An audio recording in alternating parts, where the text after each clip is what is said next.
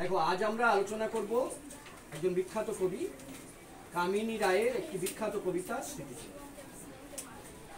ওই স্মৃতিচিহ্ন কবিতাটা আমরা কবি কি বলতে চাইছে সেটা আমরা একটু প্রথমে দেখে নিই। নেমেছিল মনে আপনার নাম, মনোময় হর্মরূপে বিশাল অক্ষরে ইষ্ট প্রস্তরে রচি চিরদিন তরে, রেখে যাবে মুড়ো ওরা ব্যর্থ মানুষটা। এখানে দেখো, যারা ধনী লোক তারা কি করেছিল না, তারা বিশাল বিশাল অট্টালিকা, বিশাল বিশাল স্মৃতিসৌধ নির্মাণ করেছিল। কেন করেছিল না, তারা ভেবেছিল যে তাদের নাম চিরতরে লোক মনে রাখবে এবং ওই যে স্মৃতিসৌধ সেটাও চিরদিন টিকে থাকবে।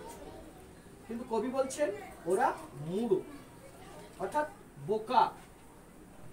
তারপর চলে প্রস্তর খসিছে ভূমি প্রস্তরের পরে, চারিদিকে ভগ্নস্তূপ তাহাদের করে, রুদ্র স্থিতি শুকনো তৃণ কাল নদী জল, ভেসে যায় নামগুলি কেবা রক্ষা করে। কিন্তু দেখা যাচ্ছে সব থেকে শক্তিশালী কে বলতে পারবে তোমরা কেউ? সময় বা কাল। তাহলে কাল হচ্ছে সব থেকে বেশি শক্তিশালী। তাই যে পাথর দিয়ে স্মৃতিসৌধ নির্মিত হয়েছিল সেগুলো খসে যাচ্ছে।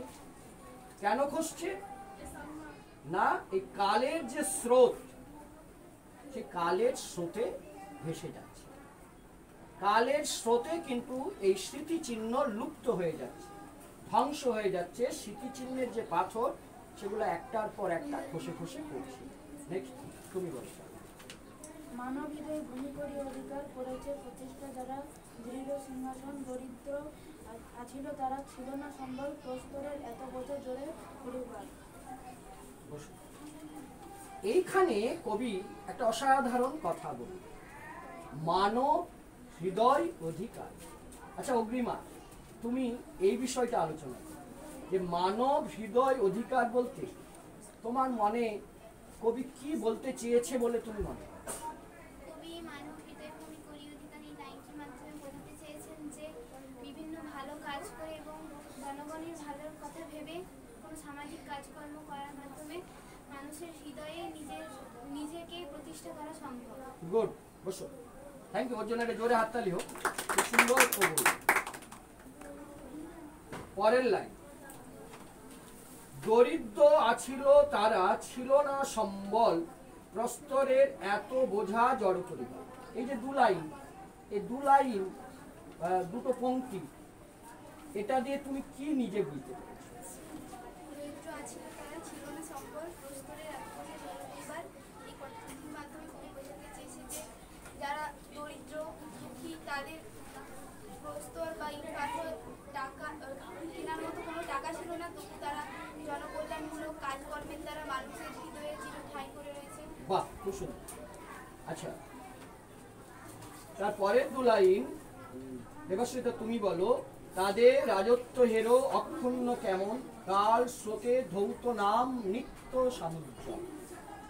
যারা তাদের বিভিন্ন মানব কল্যাণমূলক কাজকর্মের মাধ্যমে এই মানুষের হৃদয়ে অমর হয়েছিল, তারা কোনো রকমের কোনো অট্টালিকা তৈরি করেনি, তাদের করার কোনো ক্ষমতা ছিল না, তাদের নামে সময়ের স্রোতে এখনো সবাই মনে রেখেছে। বাহ, বসো। আচ্ছা, এবার আমরা তো এই কবিতাটা পড়লাম, স্মৃতিচিহ্ন কবিতাটা। স্মৃতিচিহ্ন কবিতাটা কার লেখা? কামিনী রায়। এবার আমরা খুব সংক্ষেপে প্রত্যেককে জিজ্ঞেস করব যে তুমি ওই কবিতাটা থেকে কি বুঝতে পেরেছো। ওকে, তুমি বলো। স্মৃতিচিহ্ন কবিতাটি কামিনী রায়ের লেখা। এখানে কবি বিভিন্নভাবে দারিদ্র্যতাকে তুলে ধরেছেন। যেমন যারা ভেবেছিল চিরদিনের জন্য ইট পাথরের দ্বারা একটি স্তূপ করে দিয়ে মানুষের মধ্যে বেঁচে থাকবে, কিন্তু পরে একদিন ওই স্মৃতিসৌধটি ধ্বংস হয়ে যাবে, যেটি হলো একটি কালের বা সময়ের একটি বিশেষ গুরুত্বপূর্ণ দিক। আর কামিনী এখানে এও বোঝাতে চেয়েছেন যে যারা সমাজ কল্যাণমূলক কাজ এবং জনকল্যাণমূলক কাজ সামাজিক বিভিন্ন দিক থেকে সবাইকে সাহায্য করবে, সহযোগিতা করে তাদের মনের মধ্যে বেঁচে থাকবে কেবলমাত্র। যারা ভেবেছিল যে পাথর কাগজ প্রভৃতি জায়গায় নাম লিখে তারা অমর হয়ে যাবে, তারা কখনো অমর হতে পারবে না। কারণ আমাদেরকে অমর হতে গেলে জনকল্যাণমূলক কাজ করে হৃদয় পদ্মে স্থান বাহ, খুব সংক্ষেপে কবিতাটাকে তুমি তুলে এলে। বলো তুমি কি ফেলে? স্মৃতিচিহ্ন কবিতাটি কামিনী রায়ের লেখা। ওরা ভেবেছিল অট্টালিকা তারপরে পাথর এগুলো পড়ে যাবে, তারপরে নিজে ভালো কাজ করে মানুষ জনগণের হৃদয়ে তারা হলো যে মন জয় করা যাবে। আর যারা হলো যে টাকা পয়সা দিয়ে কিন্তু চিরদিন বেঁচে থাকা যাবে। Good, thank you. অগ্রিম। স্মৃতিচিহ্ন কবিতাটি কবি কামিনী রায় লিখেছেন। এই কবিতাটির মাধ্যমে কবি বোঝাতে চেয়েছেন যে সকল মানুষ অট্টালিকা বিভিন্ন সৌধের মাধ্যমে নিজের নামকে খোদাই করে নিজে সারা জীবন বেঁচে থাকতে চায়, অর্থাৎ অমর হয়ে থাকতে চায় সকলের কাছে, তার দ্বারা কখনোই অমর হয়ে থাকা সম্ভব নয়। একদিন কালের নিয়মে সেই সমস্ত সৌধগুলি ভেঙে যাবে, কিন্তু যারা বিভিন্ন সমাজ কল্যাণমূলক জনকল্যাণমূলক কাজের দ্বারা সকলের মনে জায়গা করে নিতে পারবে, তারাই সারা জীবন অমর হয়ে থাকবে। সঙ্গীতা তুমি বলো, তুমি কি বুঝেছো? স্মৃতিচিহ্ন কবিতাটি কামিনী রায়ের লেখা। কিন্তু স্মৃতি কথার অর্থ স্মারক আর হচ্ছে চিহ্ন কথার অর্থ দাগ। অর্থাৎ কবি এই কবিতার মাধ্যমে বোঝাতে চেয়েছে যারা তাদের অট্টালিকা স্তূপ নির্মাণ করে তাদের মানব হৃদয়ে তাদের জায়গা করে নেবে, কিন্তু তা নয়, কালের স্রোতে তাদের এই অট্টালিকা ভেঙে পড়বে, কিন্তু যারা নানা সমাজমূলক কাজ জনকল্যাণমূলক কাজ করে মানবের হৃদয় জয় করবে, তাদের নামই কালের স্রোতে নিত্য সমুজ্জ্বল হয়ে থাকছে। Good, thank you. এবার সেটা বলো। এই কবিতার মাধ্যমে আমরা বুঝতে পারি যে যদি কেউ ব্যক্তি মনে করে যে অট্টালিকা নির্মাণের মাধ্যমে মানব হৃদয়ে চিরকাল অমর হয়ে থাকবে, কিন্তু এটা কোনোদিনই সম্ভব নয়। কালের স্রোতে সেই সমস্ত অট্টালিকাগুলি একদিন ধ্বংসাবশেষে পরিণত হবে এবং এটি প্রত্নক্ষেত্র হিসেবে পরিচিত হবে। কিন্তু যদি কেউ জনকল্যাণমূলক কাজের মাধ্যমে মানুষ হৃদয়ে স্থান করে নিতে পারে, তাহলে চিরকাল অমর হয়ে থাকবে। গুড। আমাদের ক্লাসটা কিন্তু আমরা খুব সুন্দরভাবে একটা কবিতা তার যে অন্তর্নিহিত অর্থ সেটা আলোচনা করলাম। তাহলে আমরা ক্লাসটা শেষ করবো একটা কনক্লুশন দিয়ে, যে স্মৃতিচিহ্ন কবিতা থেকে আমরা দুটো বিষয় পেয়েছি। একদল মানুষ ভেবেছিল যে তারা অর্থ দিয়ে স্মৃতিসৌধ নির্মাণ করে চিরদিন বেঁচে থাকবে, কিন্তু কবি তাদেরকে মূঢ় অর্থাৎ বোকা বলেছেন। তিনি বলেছেন এভাবে কালের স্রোতে সমুজ্জ্বল থাকা যাবে না।